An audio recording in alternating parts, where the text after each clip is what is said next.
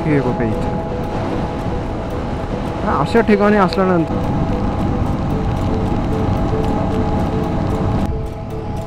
तर ही आहे गोदावरी नदी. ही इकडून आवडांची म्हणजे मावशीचा पोरगा.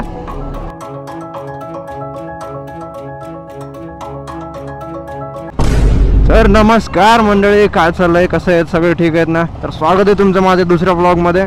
आता तुम्ही विचार करत असाल की आता मी सध्या कुठे आहे, पण तसं काय नाही, मी परभणीमध्ये का तर मला कॉलेजचे थोडे डॉक्युमेंट्स करायचे होते.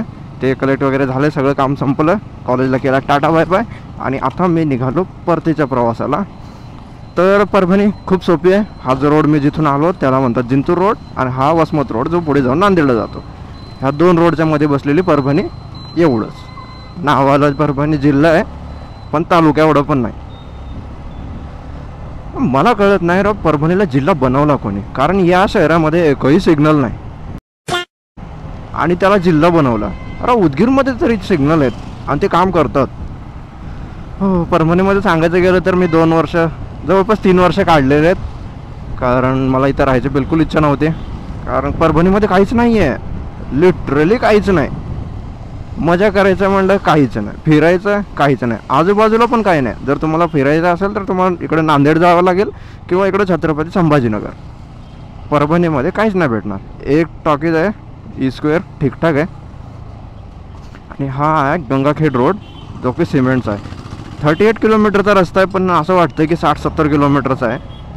काय माहिती काय राव, मला लातूरून गंगाखेडपर्यंत येण्यासाठी तेवढा वेळ लागतो आणि जेवढा तिथून इथं येण्यासाठी सेम वेळ लागतो. फालतू. परभणी सांगायचं गेलं तर ते म्हणतात की जगात जर्मनी, भारतात परभणी. तसं काय नाही, अजिबात नाही. हे बोलतात काय ते कोणालाच माहिती नाही. इवन जिथे परभणीमध्ये जे राहतात त्यांना पण माहिती नाही. अरे बाप रे, ये तो धोती खोल रहा है. मी 2-3 जणांना विचारलं की भाई हे का म्हणतात, ते म्हणतात की बस म्हणतात म्हणून म्हणतात. आता हे काय बोलणं झालंय, म्हणतात म्हणून म्हणतात. आता बारीक बारीक पाऊस चालू आहे, कालपासून चालू आहे. मला रेकॉर्ड करायचं होतं पण विंड ब्लास्ट एवढा जास्त होता की मी रेकॉर्ड करू शकलो नाही, कारण एकदम फेसवरती विंड ब्लास्ट होता, त्यामुळे रेकॉर्ड काय झालं नाही. हे लोक इंडिकेटर देत नाहीत, काय नाही, डायरेक्ट घुसतात. क्या कर रहे यार तू? बाप्पाचा रोड आहे ना. चला, बहुतेक पुढे पाऊस दिसतोय मला. हे कॅमेरा वॉटरप्रूफ नसल्यामुळे मला बंद करावं लागेल. जोपर्यंत पाऊस नाही आहे तोपर्यंत रेकॉर्ड करून घेऊ. तर इथून मी परभणीला येण्याचं मोटिवेशन माझं एकच, कारण अहमदपूरच्या पुढं आणि बनवासच्या अलीकडं एक स्पॉट आहे जिथं मी नेहमी थांबतो. नेहमी थांबतो. अर्धा 1 तास मला तिथंच जातो, कारण ती जागाच तशी आहे. आज पण मी तिकडूनच आलो आहे. येत्या वेळेस मला रेकॉर्ड करायचं होतं पण अनफॉर्च्युनेटली पाऊस चालू असल्यामुळे मी काय रेकॉर्ड झालं नाही ते सगळं काही. पण आता पाऊस जरी असला तरी यावेळेस रेकॉर्ड करेन, कारण याच्यानंतर मी परभणीला कधी येणार नाही. संयोग आला तरच, असं इंटेन्शनली तर अजिबात येणार नाही, कारण वैतागून गेला होता जीव माझा इथं. मी नाही येणार परत तिकडं. तर चला चालू करूया हा वाला प्रवास. बहुतेक पाऊस आहे, मला बंद करावं लागेल. भेटू तिथं जिथं पाऊस नसेल. ओके.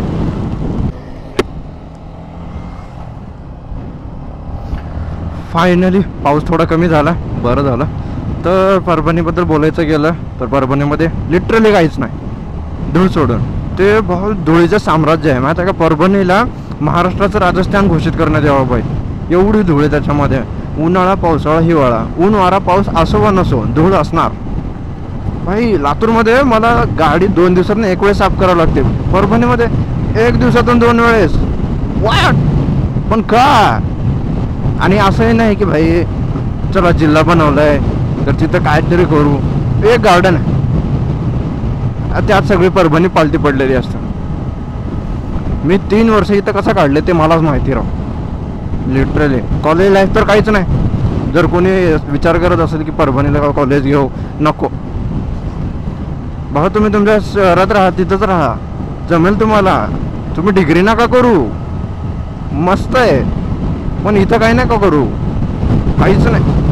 हे विंड ब्लास्ट पण आताच येतं काय. तर मागचा ब्लॉग मी पाहिला, जो माझा पहिला ब्लॉग होता, मी अपेक्षित करत होतो की 10 ते 20 व्ह्यूज येतील, पण अनएक्सपेक्टेडली 100+ व्ह्यू क्रॉस झाले. थँक्यू सो मच तुमच्यासाठी. मी असा रिस्पॉन्स एक्सपेक्ट नव्हता केला, पण तरी धन्यवाद. होपचं की तुम्ही असंच पुढं मला सपोर्ट देत राहाल आणि सोबत आपण ग्रो करू. त्यात काही विषय नाही. नवीन नवीन ठिकाणी जाऊ, जुन्या पण ठिकाणी जाऊ, तसं काय नाही. तर इथलं काम झाल्यानंतर मी एकदा पुण्याला सुटून जाईन, मग नंतर तिथून फिरणं चालू होईल आपलं. सध्या तरी याला सहन करावं लागेल. वा, मालगाडी भारी. होय, कलर मस्त आहे स्विफ्टचा, purple blue. Finally wind blast थोडा कमी झाला. एक तर काम कमी झालं, पण पाऊस काय कमी होत नाही. पाऊस तर थेंब थेंब थेंब थेंब चालूच आहे.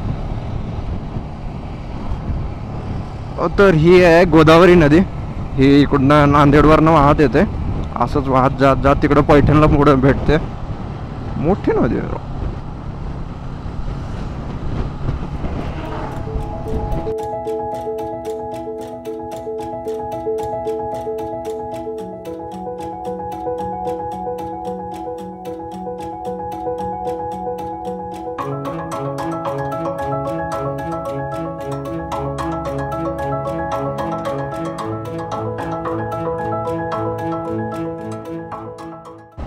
गंगाखेड राहिलेलं आहे आता 9 किलोमीटर.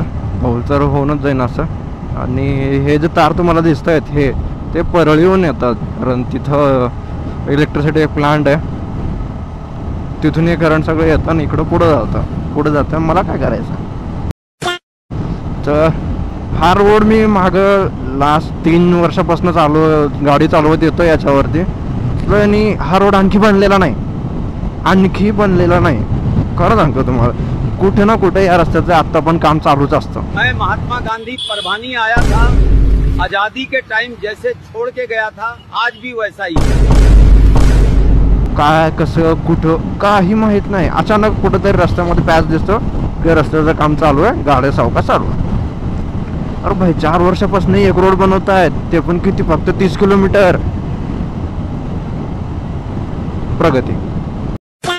अयो, हे काय चालू आहे. 2 चाकं सरळ आहेत आणि मामा असे चालतात. मामा पुढे जाऊन ड्रिफ्ट मारता का? क्या कर रहे हैं यार तू? मस्करी करतोय. असलं काय नाही. नाही. असल्या वागण्यामुळं मी ब्लॉग चालू करत नव्हतो.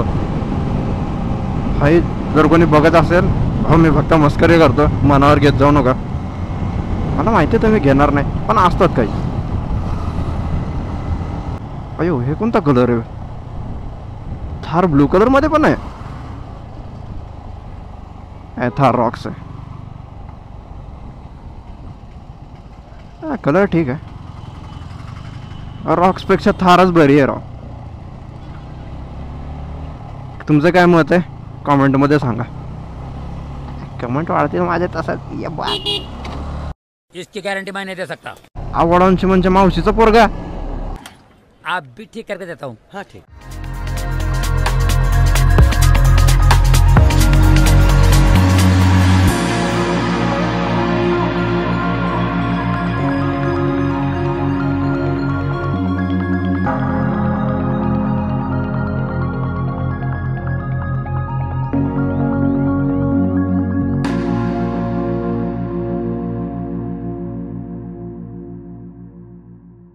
तर हा जो रस्ता आहे जिथं एक स्पॉट आहे, छोटासा पॅच आहे, तो एवढा सुंदर आहे ना, असं वाटतं की अनपेक्षित ठिकाणी आलो आहे. आता हे कसं वाटतं तुम्हाला, सगळं फ्लॅट आहे, शेती वगैरे चालू आहे, ते वेगळंच काहीतरी आहे. असं की तिथं फक्त थांबण्यासाठी बनवलेली जागा आहे ती. म्हणजे मला थांबण्यासाठी बनवलेली आहे. दुसरे थांबतात का नाही मला नाही माहीत. मला चांगलं वाटतं तिथं म्हणून मी थांबतो. आणि असंही नाही की कधी कधी, नेहमी थांबतो मी तिथं, नेहमी. एवढं भारी आहे. नक्की तुम्हाला पण ती जागा आवडेल. मी दाखवतो तुम्हाला ती जागा. तोपर्यंत बघून घ्या हा रस्ता.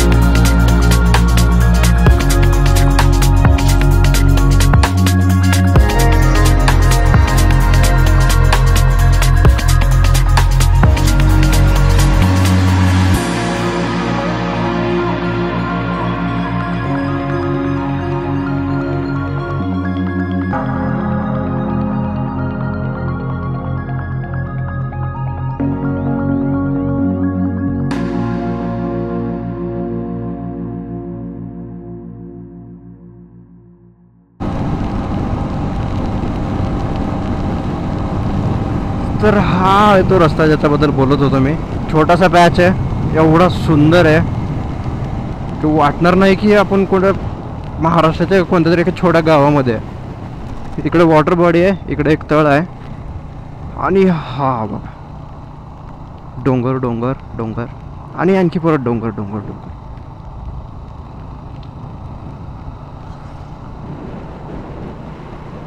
त्या तिथं मी थांबतो नेहमी, तुम्हाला दाखवेल ती वाली जागा.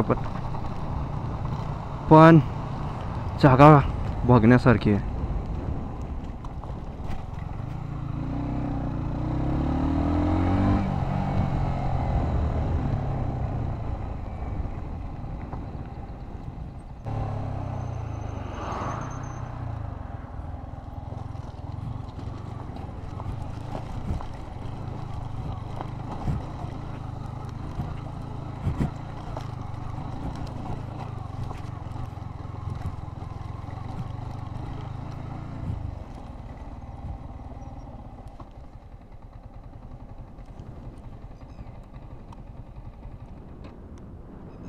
तो तिथे आहे ना एक हरणाचा कळप झोपलेला आहे, पूर्ण कळप आहे, 10-12 हरण आहेत तिथं.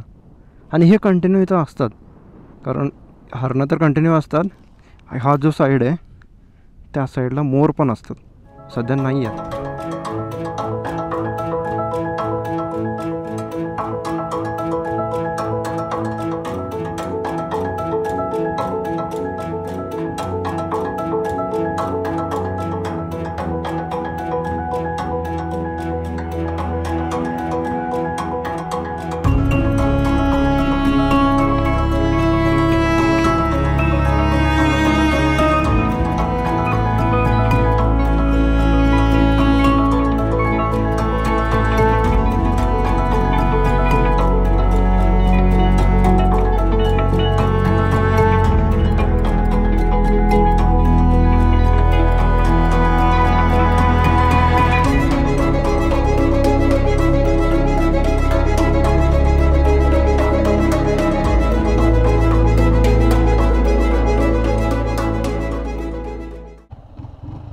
खूप वेळ थांबलो इथं, आता निघायची गोळी घ्यावं लागेल, कारण जवळपास 40-45 मिनटं थांबलो होतो मी इथं. जागा काय सोडून जावं वाटत नाही. ते बघा ना किती मस्त आहे, असं वाटतं की कोणतं तर वॉलपेपरच आहे सवा.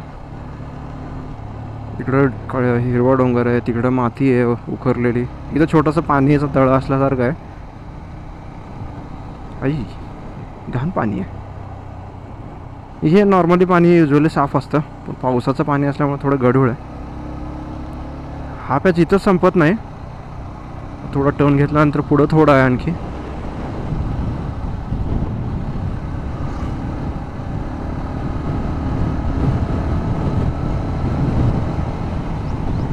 हे बघा इथं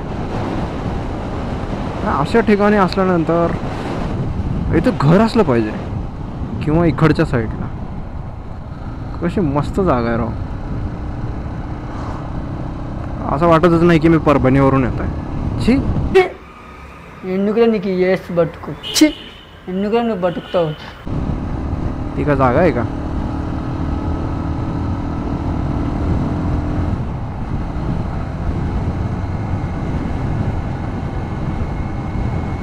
परत सपाट जागा चालू झाली,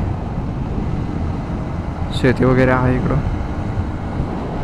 अचानक काळी माती आली, तिथं लाल माती होती, तिथं अचानक काळी माती, आणि या साईडला लाल माती परत. म्हणजे पूर्ण लाल नाही आहे, थोडीशी लाल आहे. ते म्हणतात महाराष्ट्राची माती आणि भाषा 4-4 पावलावर बदलत राहते. फरक इथं दिसतो, इथं थोडीशी लाल माती आहे दगडांची, इथं काळी माती आहे. दगडं आहेत तरी इथं, पण थोडी काळी आहे. पाऊस तर काही थांबणार नाही, पाणी बघितलं ते निघून चाललं आहे, ते एक चांगली गोष्ट. अयो याचा PUC कोणी बघत नाही, आम्हाला बरं थांबवतात बघण्यासाठी. लायसन्स PUC यांचं बघा की आता जाऊ दे, ते सगळा विषय सोडा.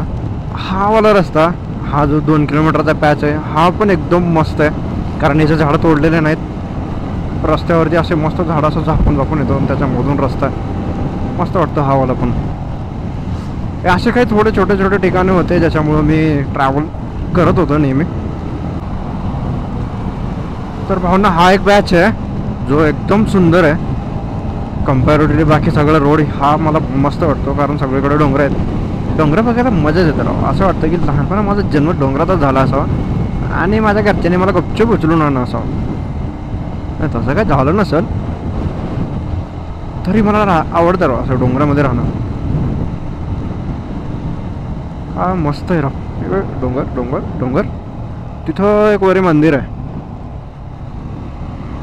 आता गेलो असतो पण रस्ता माहीत नाही ना. रस्ता माहीत राहिला तर गेलो पण असतो मी. काय वेळच वेळ आहे आपल्याकडे. टाईम काय झाला 2:43 आणि हा जो रस्ता ना असा जातो त्या 2 डोंगरांच्या मधनं. तो पण मस्त आहे. अगोदर इथं भीतीचं वातावरण होतं कारण म्हणतात की चलत्या गाडीमध्ये चोऱ्या व्हायच्या.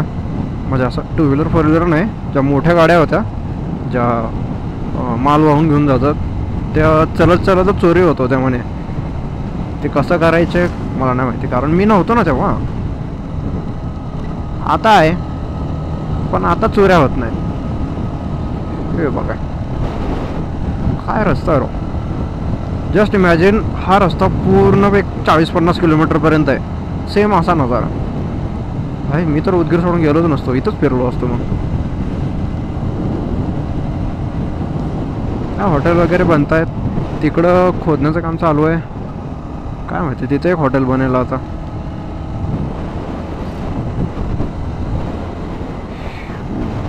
असं एकदम डोंगर सगळं झाडांनी भरलेलं आहे.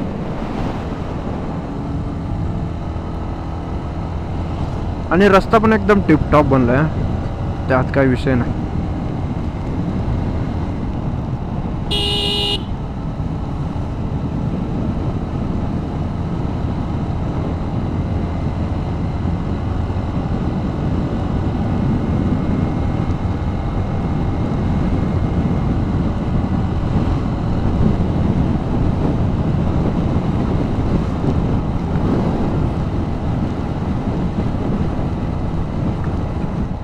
आई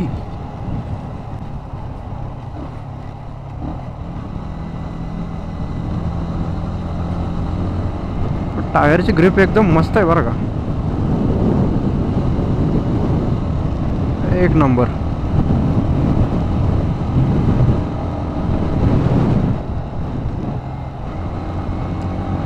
सॉरी काका लिफ्ट नाही भेटणार. नो लिफ्ट पॉलिसी आपली कारण जागाच नाही ना बसण्यासाठी.